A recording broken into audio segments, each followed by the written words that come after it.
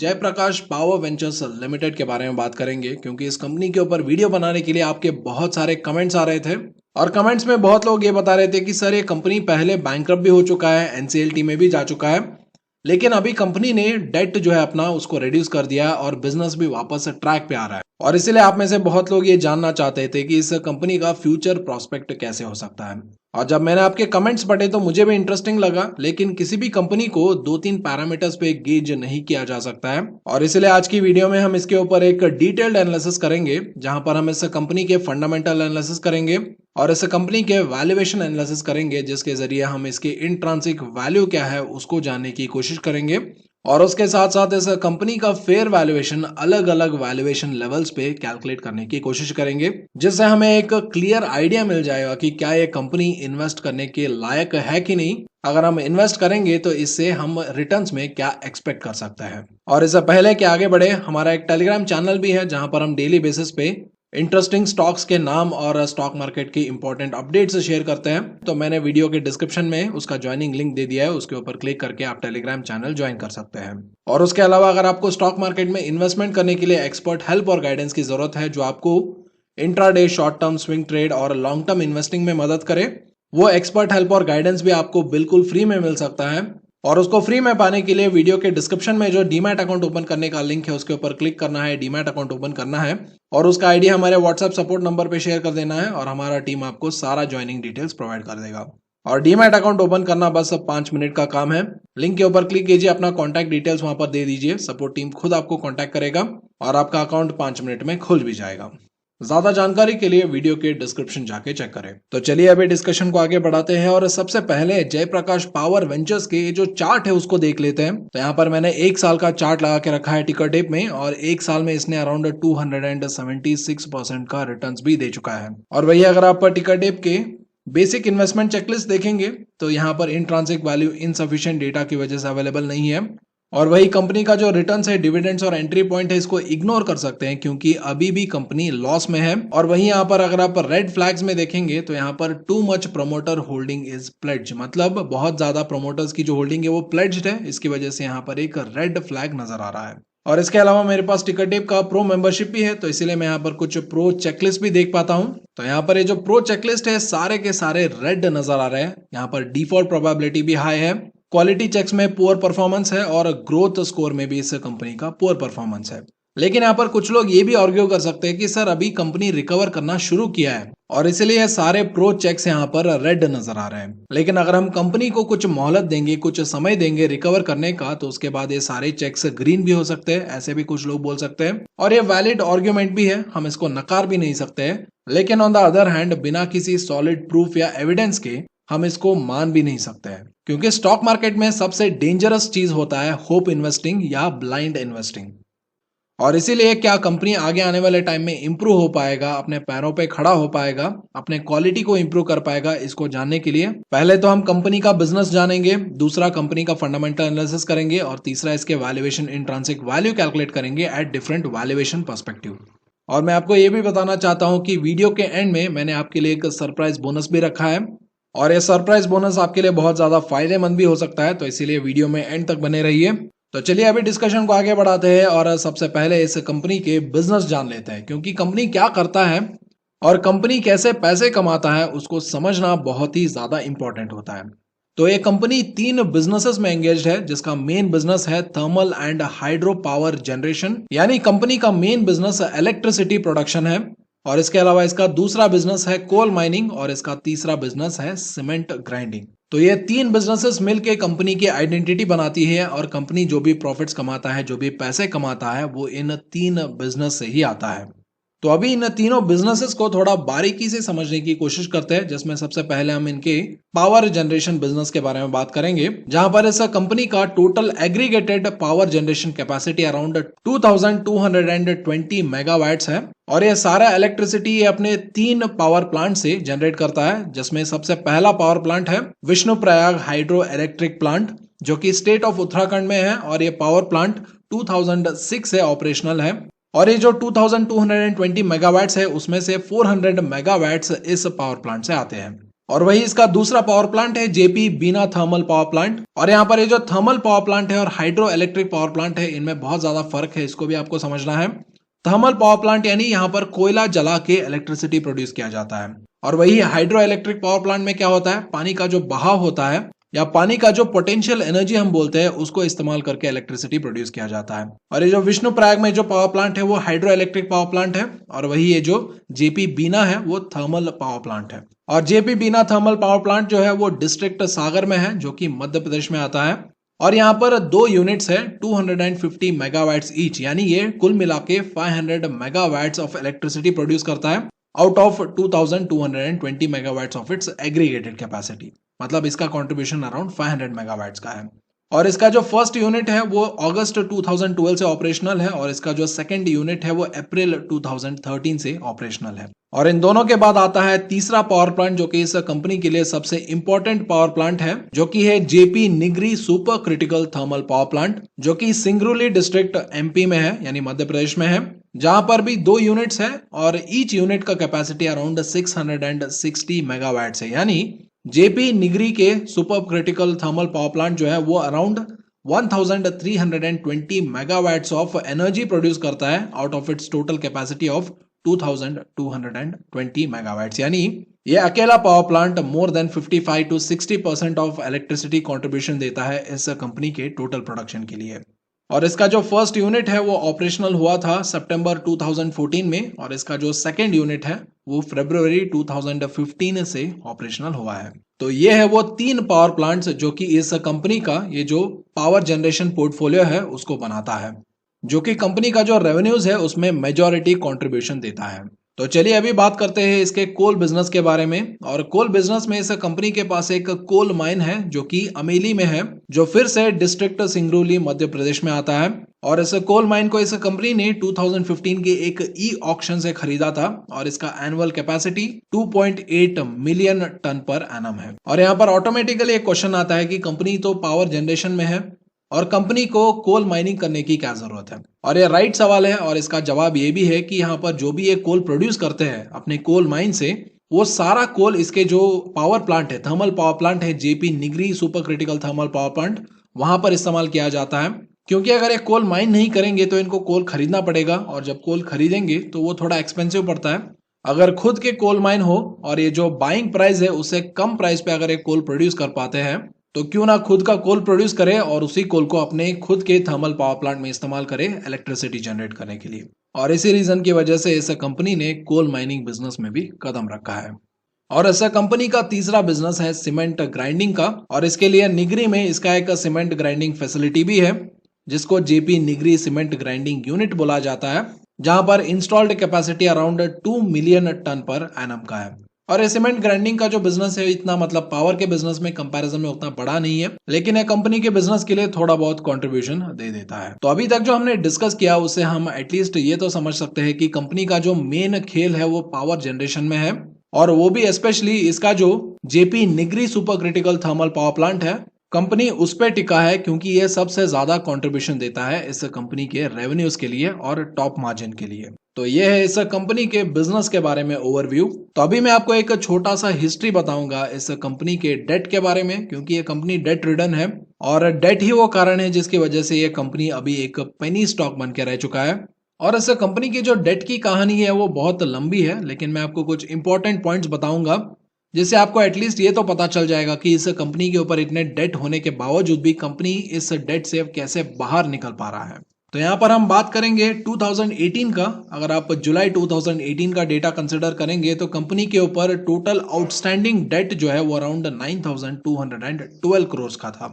और इसके अलावा कंपनी को JSW कंपनी को अराउंड 752 करोड़ भी पे करने थे, और उसके अलावा कंपनी के ऊपर 101.42 मिलियन यूएस डॉलर्स का फॉरेन करेंसी कन्वर्शन बॉन्ड का भी पेमेंट था, जो कि ये बॉन्ड होल्डर को पे करने थे, जो कि जुलाई 2018 में अराउंड 663 करोड़ के आसपास बनते थे। और उसके साथ साथ इसके ऊपर वर्किंग कैपिटल फैसिलिटीज के जो एग्रीगेटेड डेट था वो भी अराउंड 563 करोड़ का डेट था। तो ये सारा डेट इस कंपनी को क्लियर करना था, लेकिन गेस व्हाट, कंपनी क्या बताता है कि ये डेट वो क्लियर नहीं कर पाएगा क्योंकि ये सक्षम नहीं है, केपेबल नहीं है इस डेट को क्लियर करने के लिए। और इस टाइम पे सारे जो बैंकर्स है ये सारे मिलकर डिस्कस करते हैं और एक डेट रेजोल्यूशन प्लान लेके आते हैं, जिस तरीके का डेट रेजोल्यूशन प्लान हमें सुजलॉन में देखने को मिला था। और इस डेट रेजोल्यूशन प्लान के अनुसार उन्होंने क्या कर दिया, डेट को दो हिस्सों में बांट दिया, सस्टेनेबल डेट और अनसस्टेनेबल डेट। तो सस्टेनेबल डेट क्या है, ये वो हिस्सा है डेट का जो कंपनी कंटिन्यू कर सकता है सर्व करने के लिए, यानी इसके ऊपर ये इंटरेस्ट भी पे करेगा और अपने प्रॉफिट से इस डेट को पे भी करेगा। और वही अनसस्टेनेबल डेट क्या होता है, ये वो पार्ट ऑफ द डेट है जिसको कंपनी चुका नहीं सकता है और इस डेट को बैंक्स क्या करेंगे, कन्वर्टेबल बॉन्ड्स के रूप में इसको कन्वर्ट कर लेंगे या इक्विटी के रूप में इसको कन्वर्ट कर लेंगे और इसका पेमेंट 10 साल 15 साल या 20 साल तक आगे इसको पुश कर देंगे। मतलब आसान भाषा में अगर मैं आपको बताऊं तो आपके ऊपर 10,000 रुपए का डेट है, उसमें बैंक बोलता है कि 5,000 रुपए तुम कंटिन्यू करो, उसके ऊपर ईएमआई पे करो, उसके ऊपर इंटरेस्ट पे करो, लेकिन ये जो बाकी का 5,000 है उसको तुम 10 साल बाद या 15 साल बाद या 20 साल बाद दे दो, ऐसा बैंक्स बता देता है। As simple as that. और ये हमने सुजलॉन में भी होते हुए देखा था, लेकिन उससे पहले भी ये जयप्रकाश पावर वेंचर्स के साथ हो चुका है, क्योंकि यहाँ पर बैंक्स के पास भी कोई ऑप्शन नहीं बचता है, क्योंकि अगर बैंक्स एसेट्स को लिक्विडेट करेंगे तो उससे बहुत ही कम पैसे जनरेट होंगे, जिससे बैंक्स को बड़ा नुकसान हो सकता है। और ऐसे टाइम पे इस तरीके से बैंक्स कंपनीज को दूसरा मौका देते हैं रिवाइव करने का, ताकि उनका भी जो लोन रिकवरी चांसेस है वो भी ज्यादा हो जाए। और इस तरीके से कंपनी के ऊपर एक सिग्निफिकेंट डेट बर्डन हटा दिया गया और उसके साथ साथ कंपनी अपने बहुत सारे एसेट्स को भी लिक्विडेट कर रहा था, बहुत सारे जॉइंट वेंचर्स को भी बेच रहा था, जिससे कंपनी अपना जो डेट है वो और ज्यादा अपने आप वॉलेंटरीली कम करने की कोशिश कर रहा था। तो ये था वो प्लान जिसकी वजह से कंपनी का डेट रिड्यूस हो पाया और डेट रिड्यूस होने के साथ साथ इसका इंटरेस्ट बर्डन भी थोड़ा थोड़ा करके कम होने लगा। और जब हम फाइनेंशियल्स देखेंगे तो इसके बारे में और डिस्कस करेंगे, लेकिन अभी डिस्कशन को आगे बढ़ाते हैं और इसके कुछ सब्सिडरीज और जॉइंट वेंचर के बारे में इंफॉर्मेशन जान लेते हैं।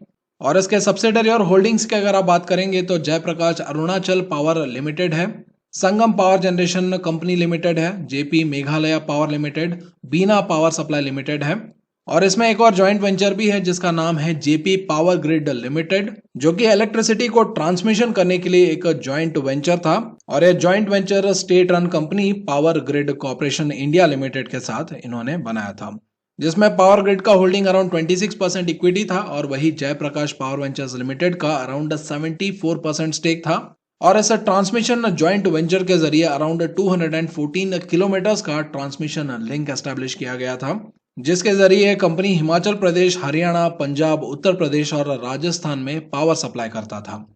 और इस कंपनी के टोटल एसेट वैल्यू कुल मिला के अराउंड 7,000 करोड़ के आसपास आते हैं। और अभी जयप्रकाश पावर वेंचर्स का हालत बहुत ही बुरा है, क्योंकि डेट बहुत ज्यादा है कंपनी के ऊपर और इसी डेट को कम करने के लिए इस कंपनी का जो 74% स्टेक है उसको इन्होंने पावर ग्रिड लिमिटेड को बेच दिया है। यानी अभी ये जो पहले जॉइंट वेंचर था that is now a completely owned company by power grid limited, तो इसमें जयप्रकाश पावर वेंचर्स का कोई भी हिस्सा नहीं है।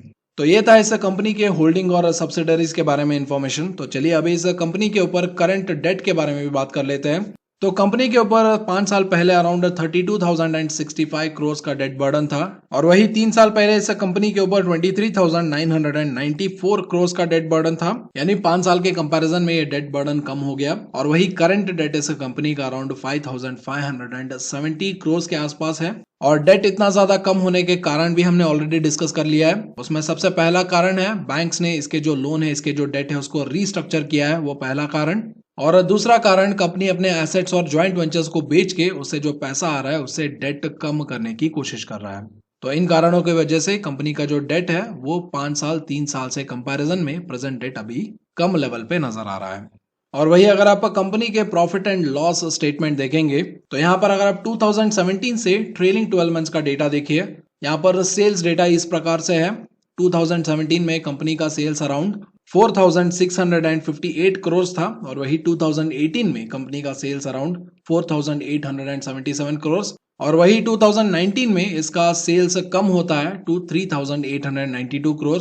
2020 में ये और ज्यादा कम हो जाता है टू 3,443 करोड़ और ट्रेलिंग 12 मंथ्स के लिए ये सेल्स और भी कम हो जाते हैं और कम होके ये अराउंड 3,195 करोड़ रह जाता है। तो वही अगर आप कंपनी के ऑपरेटिंग प्रॉफिट देखेंगे तो ऑपरेटिंग प्रॉफिट अभी भी पॉजिटिव में है, जो कि अच्छी बात है कंपनी के लिए, जिससे एटलीस्ट हमें ये तो पता चलता है कि कंपनी के जो कोर ऑपरेशन है, जो मतलब जो भी पावर जनरेशन का ऑपरेशन करता है, उससे कंपनी पैसे तो कमा पा रहा है ऑपरेटिंग लेवल पे।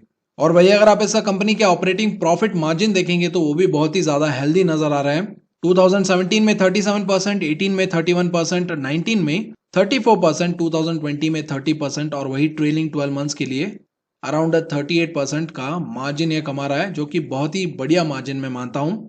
लेकिन कंपनी का सबसे बड़ा कंसर्न इसके इंटरेस्ट बर्डन है, मतलब जो भी पैसे कंपनी कमाता है ऑपरेटिंग प्रॉफिट लेवल पे, उसमें से एक बहुत बड़ा हिस्सा इसको इंटरेस्ट पेमेंट के टुवर्ड्स देना होता है, जो कि 2017 में 2777 करोड़ था। 2018 में ये रेड्यूस होके 2614 करोड़, 2019 में ये फिर से रेड्यूस होके 1474 करोड़ और वही 2020 में ये फिर से रेड्यूस होके 686 करोड़ और वही ट्रेलिंग 12 मंथ्स के लिए इसका जो इंटरेस्ट पेमेंट बर्डन है वो अराउंड 608 करोड़ का है।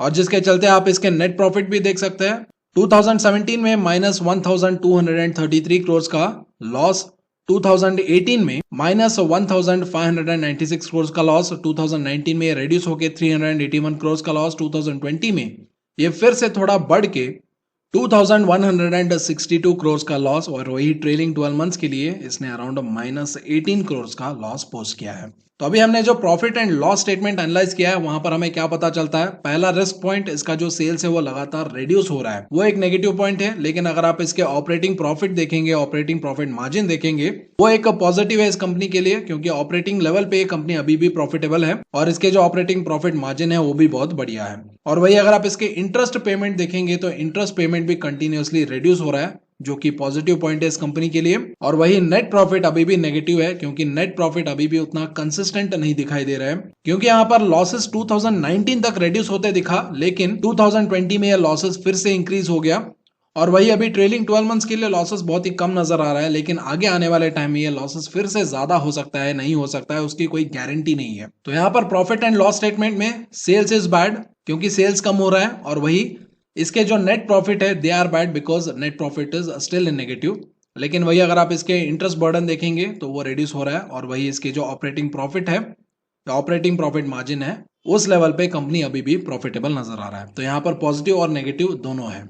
तो अभी तक जो हमने कंपनी का सेल्स और नेट प्रॉफिट डेटा देखा है उसको पॉइंट ऑफ व्यू रखते हुए अभी हम इस कंपनी के वैल्यूएशन करने की कोशिश करेंगे, और इसके साथ साथ इसका फेयर वैल्यू क्या होगा उसको भी कैलकुलेट करने की कोशिश करेंगे। तो यहाँ पर हम बहुत ही सिंपल सा कैलकुलेशन करेंगे, जिससे हमें ये पता लगे कि अभी इस कंपनी का जो करंट मार्केट प्राइस है, यानी जब मैं वीडियो बना रहा था तो इस शेयर का प्राइस अराउंड 3.2 रुपीज था। इस प्राइस को जस्टिफाई करने के लिए कंपनी को कितना ज्यादा प्रॉफिट्स कमाना पड़ेगा अलग अलग प्राइस टू अर्निंग्स वैल्यूएशन पे, जिससे हमें एटलीस्ट ये पता चल जाएगा कि कितने अंडर वैल्यूएशन पे या कितने ज्यादा ओवर वैल्यूएशन पे इस कंपनी का शेयर वैल्यू अभी ट्रेड कर रहा है। तो अभी कंपनी के total number of outstanding shares कितने हैं, अराउंड 685 करोड़ है। और यहाँ पर हमें नंबर ऑफ इक्विटी शेयर्स इसलिए चाहिए होता है क्योंकि अगर आपको अर्निंग्स पर शेयर कैलकुलेट करना है तो यहाँ पर total earnings divided by number of equity shares करना पड़ेगा। तो इसलिए यहाँ पर मैंने नंबर ऑफ इक्विटी शेयर्स भी यहाँ पर लिया है। तो इन सारी चीजों को इस्तेमाल करने के बाद अगर हम एक कैलकुलेशन करके एक चार्ट निकालेंगे तो उसके हिसाब से अगर कंपनी का जो करंट मार्केट प्राइस है 3.2 रुपीज है, अगर ये प्राइस अगर हम 10 पी पे कैलकुलेट करते हैं तो कंपनी को अराउंड 220 करोड़ कमाना पड़ेगा इस प्राइस को जस्टिफाई करने के लिए। और वही कंपनी का शेयर प्राइस 20 पी पे ट्रेड करेगा तो इस कंपनी को अराउंड 110 करोड़ का नेट प्रॉफिट यहाँ पर कमाना पड़ेगा। और वही कंपनी अगर 30 पी पे ट्रेड करेगा तो कंपनी को अराउंड 72 करोड़ का प्रॉफिट कमाना पड़ेगा। और वही कंपनी अगर 40 पी पे ट्रेड करेगा तो इस कंपनी को अराउंड 55 करोड़ का नेट प्रॉफिट कमाना पड़ेगा। और अभी आप ये अंदाजा लगा सकते हैं कि ये कंपनी इतने ज्यादा प्रॉफिट्स कमाने के काबिल है या नहीं। तो इस काबिलियत के ऊपर अगर आप इन्वेस्ट करेंगे तो यह सट्टा कम होगा और इन्फॉर्म्ड डिसीजन ज्यादा होगा। तो चलिए इसी लाइन के ऊपर एक और छोटा सा एक्सरसाइज करते हैं, जहां पर हम ये जानने की कोशिश करेंगे कि अगर इस शेयर को मल्टी बैगर बनना है, मतलब इस शेयर का प्राइस डबल होना है या 5 गुना होना है, तो कंपनी को उसके अगेंस्ट कितना नेट प्रॉफिट कमाना पड़ेगा। तो पहले देखते हैं कि अगर शेयर प्राइस डबल होना है यानी 3.2 से ये 6.4 होना है तो 10 प्राइस टू अर्निंग्स रेशियो पे इस कंपनी को 440 करोड़ का नेट प्रॉफिट कमाना पड़ेगा।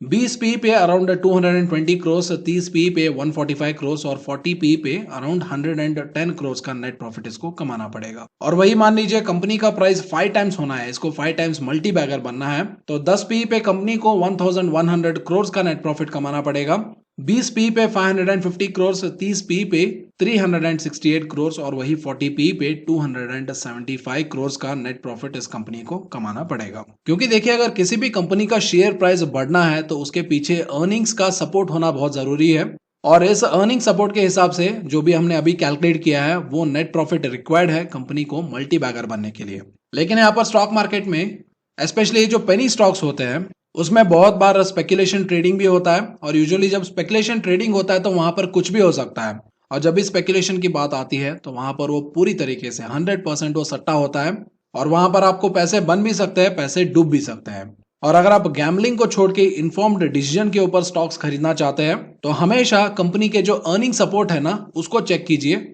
जिसके ऊपर कंपनी का प्राइस खड़ा है। तो चलिए अभी फाइनली कंपनी के स्ट्रेंथ और वीकनेस डिस्कस करते हैं, और ये डिस्कशन के बाद आपके लिए एक सरप्राइज बोनस भी वेट कर रहा है, तो इसीलिए वीडियो में एंड तक बने रहिए। तो चलिए अभी सबसे पहले बात करते हैं कंपनी के स्ट्रेंथ के बारे में, और स्ट्रेंथ में सबसे पहला पॉइंट आता है कंपनी ने अपने डेट को सिग्निफिकेंटली रिड्यूस किया है, और ऑब्वियसली डेट रिड्यूस होने की वजह से कंपनी के ऊपर जो इंटरेस्ट बर्डन था वो भी कम हो गया है। और इसके एक और स्ट्रॉन्ग पॉइंट ये भी है कि कंपनी अभी भी ऑपरेटिंग लेवल पे प्रॉफिटेबल है, मतलब अपने कोर ऑपरेशन से कंपनी प्रॉफिट्स कमा पा रहा है, जो कि सबसे बड़ा पॉइंट है इस कंपनी के लिए, जिससे कंपनी अभी भी बिजनेस में बना हुआ है।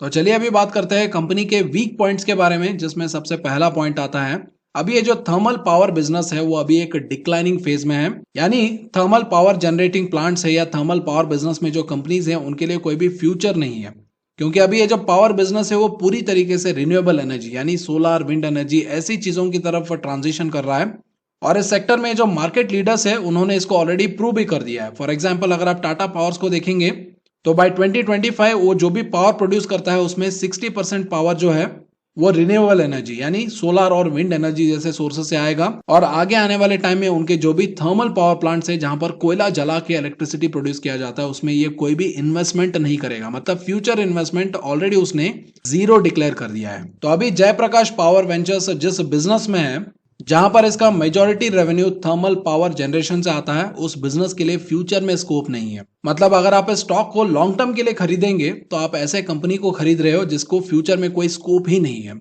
तो ये एक सबसे बड़ा नेगेटिव पॉइंट है इस कंपनी के लिए। और वही इसका दूसरा नेगेटिव पॉइंट आता है प्रोमोटर्स होल्डिंग में, जहां पर प्रोमोटर होल्डिंग बहुत ही लो है, अराउंड 26.06% की प्रोमोटर होल्डिंग है, जिसमें से प्रोमोटर्स ने अराउंड 87.30% स्टेक प्लेज भी कर दिया है। हालांकि मैं मानता हूं अभी कंपनी अपने डेट से उभरने की कोशिश कर रहा है, लेकिन अभी ये जो प्लेज परसेंटेज है और ये जो प्रमोटर होल्डिंग है वो इन्वेस्टर्स के फेवर में लॉन्ग टर्म के लिए काम नहीं करेगा। तो ये एक दूसरा कंसर्न है इस कंपनी में। और तीसरा कंसर्न है कंपनी का जो सेल्स है वो लगातार डिक्लाइन होता नजर आ रहा है, यानी कंपनी का जो सेल्स कैपेसिटी है वो लगातार रिड्यूस होता जा रहा है, सेल्स स्क्वीज होते जा रहे हैं, जिसके दो कारण है। पहला कारण है कंपनी अपने एसेट्स बेच के डेट रिड्यूस करने की कोशिश कर रहा है, और इन एसेट से जो भी कमाई हो रही थी वो अभी कंपनी में नहीं आ रहा है। और दूसरा पॉइंट है कंपनी का जो मार्केट शेयर है वो लगातार रिड्यूस होता जा रहा है, क्योंकि ऐसा भी होता है कि जब भी कंपनी वीक हो जाती है तो इस कंपनी के साथ जो भी कस्टमर्स और क्लाइंट्स लॉन्ग टर्म के लिए एसोसिएट होना चाहते हैं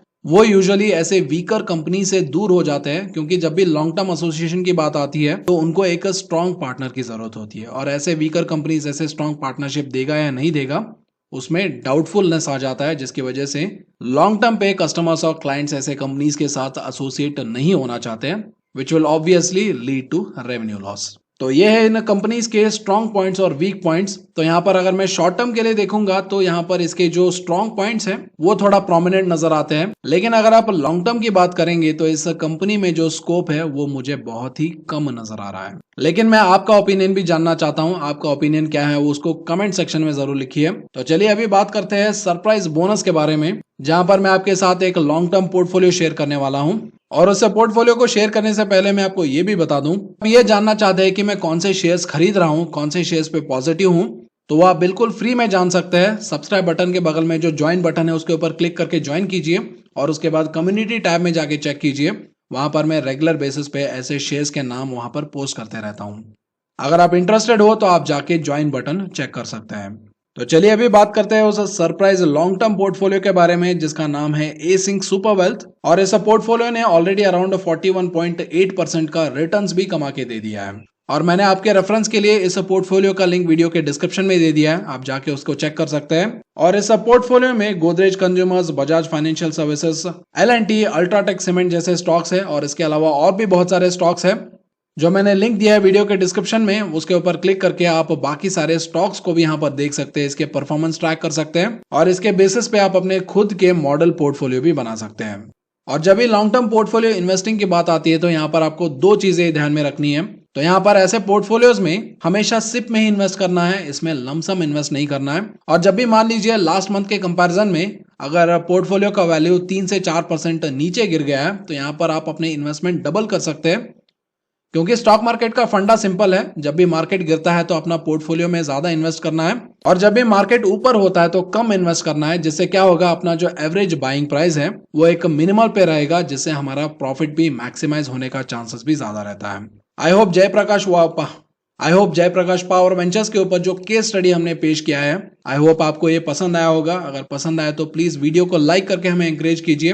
अगर आप चैनल पे नए हैं तो आप यूट्यूब चैनल को सब्सक्राइब कर सकते हैं और बेल नोटिफिकेशन को भी दबा सकते हैं, ताकि जब भी हम कोई नया वीडियो डालें तो आपको तुरंत पता चल जाए। तो चलिए आज की वीडियो यहीं पर खत्म करते हैं। मैं आपसे मिलता हूं एक और इन्फॉर्मेटिव वीडियो में, तब तक के लिए this is Bharat Shankar signing off.